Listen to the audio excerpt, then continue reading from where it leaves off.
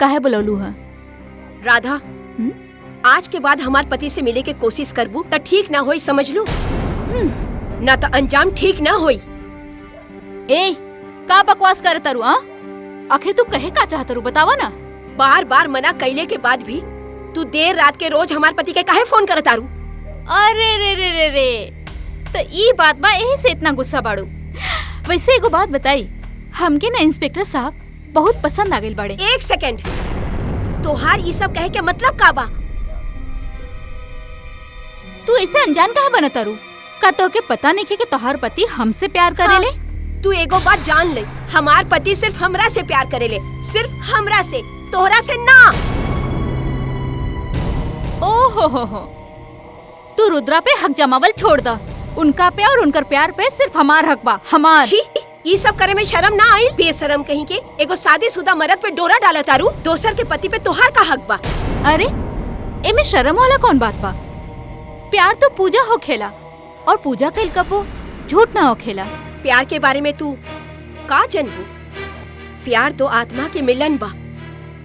और एको बात अच्छी तरह से सुन ला, हमार पति के हमरा से केहू न छीन सकेला, और केहू हमरा से छीने के कोशिश करी ना तो सारा दुनिया में आग लगा देब हम। हमार लास्ट वार्निंग बा, हमार पति से दूर रह। अरे जा जा, हम तोरा से कमजोर नहीं की, समझ लू? हाँ, बड़ा आइल बड़ी। हाँ।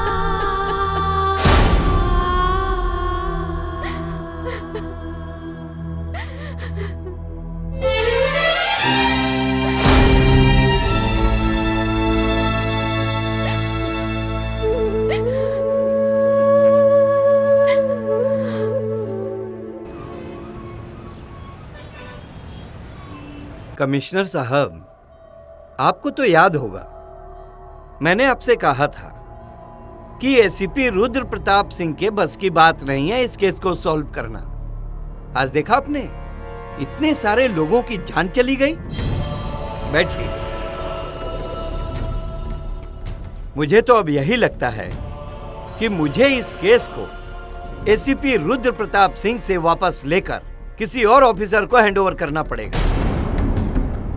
डीआईजी साहब, इस वक्त अगर ये केस आप किसी और को हैंडओवर करेंगे तो नए ऑफिसर को ये केस समझने में जितने दिन लगेंगे उससे कम समय में एसीपी रुद्र प्रताप सिंह इस केस को सॉल्व करके बच्चा यादव के साम्राज्य को समाप्त कर चुका होगा।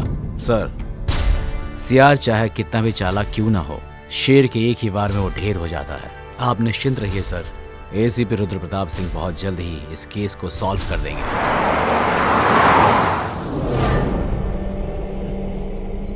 फैक्ट्री के जमीन के सारा कागजात है, इली। अब आप लोगन के फैक्ट्री लगावे में कौनो दिक्कत ना हुई। और वैसे भी भाई साहब के रहते इस इलाके में कोई भी काम नामुमकिन नहीं है। आप सभी लोगों का बहुत बहुत धन्यवाद। सच में आप लोग बहुत महान हैं, जो बोलते हैं वो पूरा करते हैं। जय रहा आपका 5 करोड़। ओके। अब इस गांव में फैक्ट्री का काम बहुत जल्द शुरू हो जाएगा। जल्द शुरू हो जाना चाहिए। थैंक यू मिस्टर बादशाह यादव, थैंक यू वेरी मच। Thank you so much. Thank you.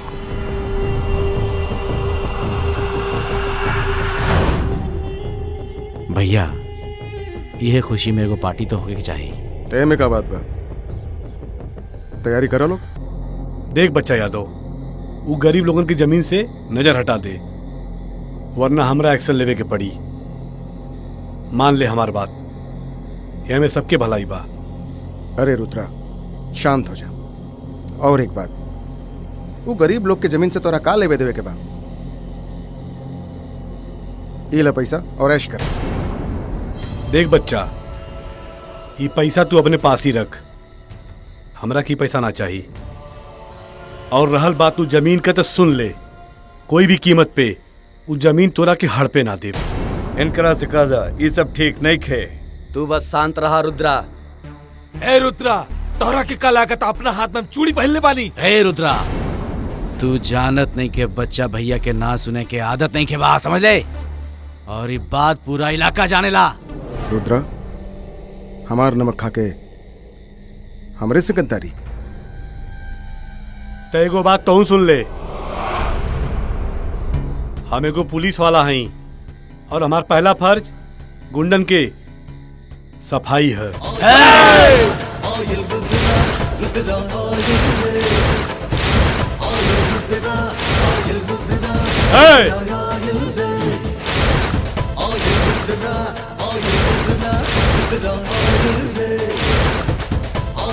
बहुत हो गई भाईगिरी, अब होई पुलिस गिरी।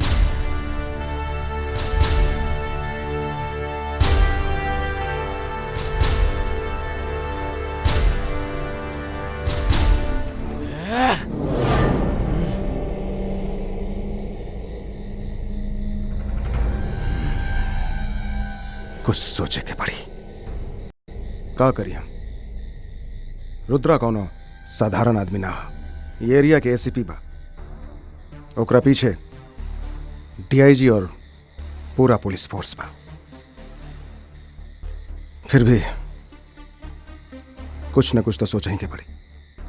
अरे हम तो कहा तानी कि विधायक जी अपना पैरवी लगा के भीतर से रुद्रा के ट्रांसफर करवा दें, जिला से या फिर दुनिया से। अरे ए बबुआ, हम का चुपचाप बैठल बानी। शंभू भाई, हम मुख्यमंत्री से बात कैले रहनी, लेकिन मुख्यमंत्री रुद्रा के खिलाफ कुछ सुने नहीं खन चाहत। वो कहता रहे कि बहुत ईमानदार ऑफिसर बा। देख बेटवा, प्यार से केहू के समझौला पे वो समझ जाला। तू रुद्रा के प्यार से अपने घरे बुलाओ, उनकरा समझावे के कोशिश करा, और ना समझे तो मुंह मांगा पैसा दे के अपना साइड में कह लो। यह एगो रास्ता बा, समझ ल? भाई बहुत हो गई, रउआ के ओकरा बारे में कुछ सोचे के पड़ी, न तो भाई जी बोली तई भोला रुद्रा के जीवन में खतरा बन जाई। चुप करा मर्दे, कुछ और बोल दे वेला। भाई जी, ई मैटर के शांति से खत्म कर देवे के चाहिए। भैया, ये चंचलवा बिल्कुल सही कहा था, और दूसर कोनो रास्ता नहीं खे। ठीक बा, बोला फोन लगावा।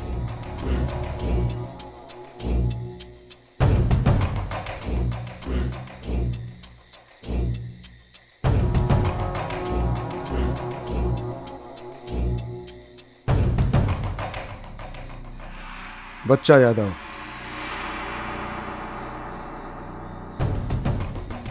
हाँ साहब बोली, क्या बात बा? वो अपन नया एसीपी से बोला कि बच्चा यादव की तरफ से आमंत्रण बा। ठीक बा सर, हम बोल दे अब। ठीक बा।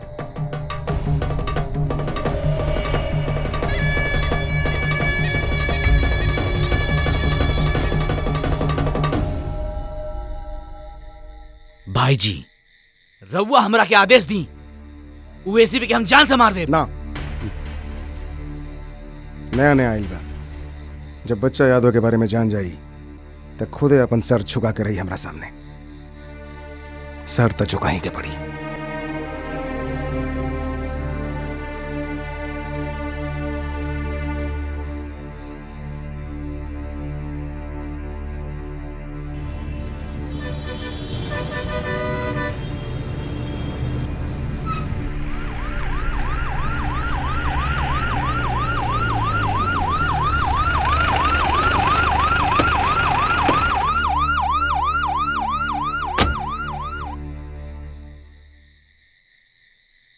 आई आई एसीपी साहब, प्रणाम करते हैं। प्रणाम बच्चा यादव। बैठी। आवे में कोनो परेशानी तो ना भइला ना? परेशानी तना भइल, पर हमरा के कैसे याद कैली? देखिए एसपी साहब, जब से और पोस्टिंग इस जिला में भइल बा, हमारा काम धंधा पे बड़ा फर्क पड़ल बा। तो हम चाहते नहीं कि आपस में समझौता हो जाए और रघु आराम से जी और हमरो के जिए दी। अरे एसपी साहब पहली बार घर आयल बड़ा, स्वागत ना करबा लोग? जी भाई जी। हमरा तो विश्वास से ना रहेगा रघु आ जाए। हमरो आवे की बड़ी इच्छा रहल। चलिए, बड़ी खुशी मिल रही नहीं था।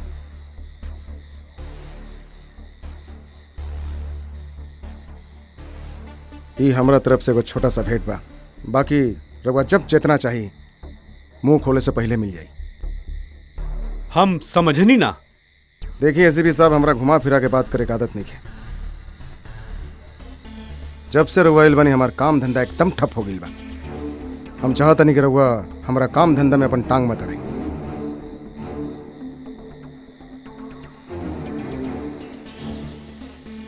एक तोहफा स्वीकार करी और रघुओ कमाई और हमरों के कमाई दी। अच्छा, मतलब रिश्वत? रिश्वत ना एसपी साहब, उपहार। ई उपहार के बदले उपकारों करे के पड़ी। बस इतने करे के बाकी हमारा आदमियन के काम धंधा में रघुआ बाधा मत बनी।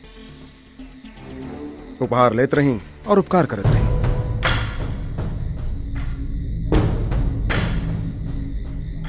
तो ठीक बा, हमके मंजूर है, पर हमारे को शर्त है। यहाँ के जनता के हम बहुत प्यार करीला और उनके हम दिल से चाहिला।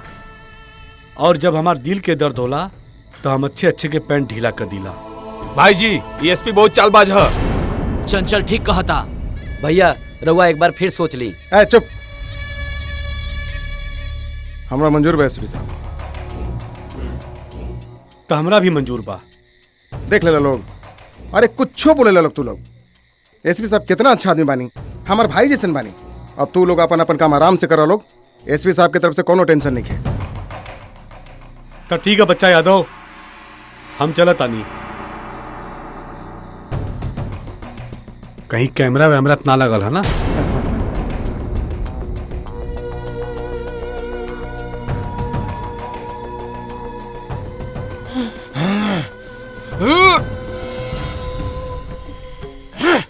देख लो, मान गई ना पैसा में कितना दम बा। ये तो हमरो विश्वास ना रहे कि इतना जल्दी मान जाए, मगर मानित कैसे ना। पैसा में इतना पावर होखेला कि अच्छा से अच्छा इंसान गिर जाला। फिर 2% के एसपी के औकाते कितना बा। अब तो लोग अपन अपन काम आराम से करा लो। ठीक बा। कैसे कि एसपी हमरा मुट्ठी में बा।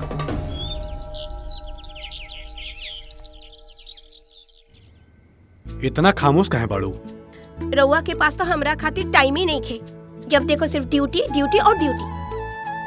अरे तब पुलिस के नौकरी जनते बाड़ू, कब कहाँ जाए के पड़े। हाँ उहे तो। रउआ अपन ड्यूटी के चक्कर में हमार ब्यूटी भुला गई नी हो।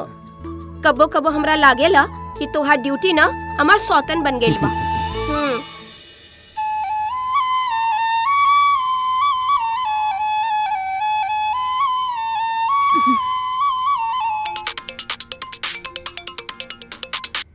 हेलो। हेलो, हम राधा बोलतनी। कौन राधा? अरे हम राधा बोलतनी, हमारा आवाज नहीं पहचानत। हम ऊ दिन रउआ के मार्केट में मिलल रहनी, सीबीआई रिपोर्ट बने के जानकारी लेबे खातिर। अच्छा राधा, हाँ हाँ हाँ हाँ हाँ। लेकिन इतना रात के फोन करके का जरूरत रहल? हाँ, हम सोचत रहनी कि रउआ दिन भर ड्यूटी में बिजी रहनी, तो बात करे के फुर्सत रात के ही होई रउआ पास, है ना? एक खातिर फोन कईनी। हाँ तो ठीक है, बोला का बात बा? हाँ तो हमरा के रउआ बताई कि हमरा के आपन सीबीआई रिपोर्टर कब बनाई। हमार बड़ा मन करता। देखा राधा, ओकरे खातिर फार्म भर के एग्जाम देवे के पड़ेला। एग्जाम? हम एग्जाम देवे खातिर रेडी बानी। बताई कब देवे के बा एग्जाम?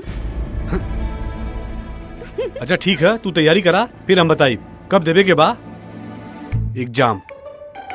ठीक बा। बाय बाय सर।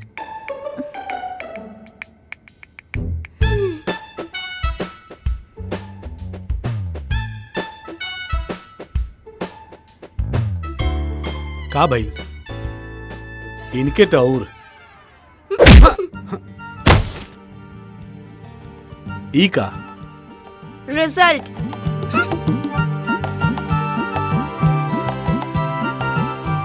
देखा भैया लोगन, बाहर हमसे गुंडा लोग दहशत खाला और घर में मेहरानू हमसे दहशत खाई ना।